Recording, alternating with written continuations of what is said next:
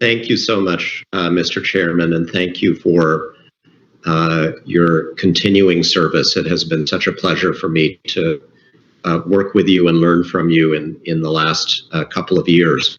I have a couple of questions. I first want to respond to a point that was made just a little while back, a suggestion that somehow there is a moral hazard created by the federal government subsidizing or investing in our nation's passenger rail and rail infrastructure.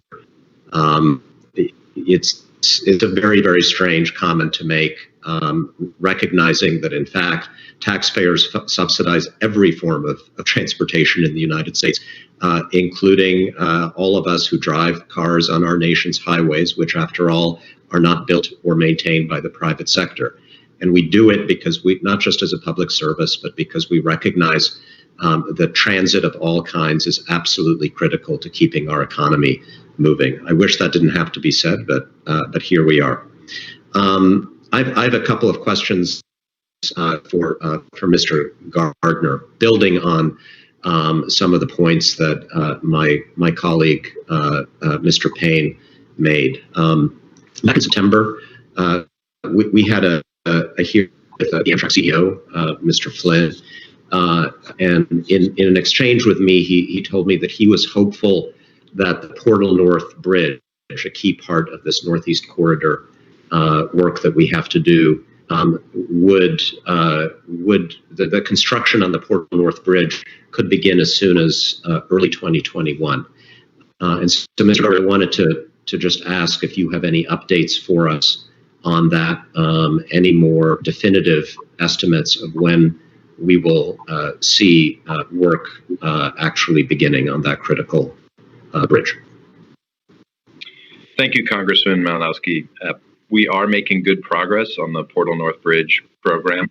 As you know, the critical next step is to achieve a full funding grant agreement between the Federal Transit Administration and New Jersey Transit. And so I know that New Jersey Transit is working very hard with FTA to accomplish that, with the goal of completing at certainly this year, the end of this year. We have a role in that in that arrangement by just cementing our agreements with New Jersey Transit on their execution of the program, and that's going well.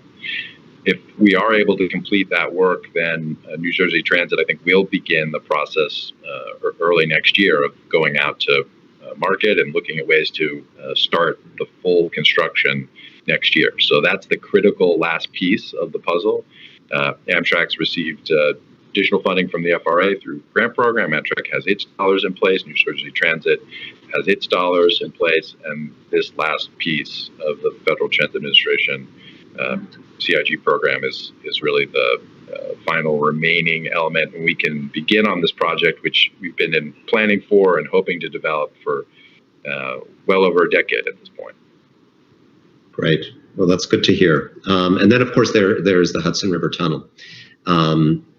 And, you know, I trust you agree it's promising that on January, we will be swearing in a guy whose nickname is Amtrak Joe to be President of the United States. There have been a number of blockages to proceeding with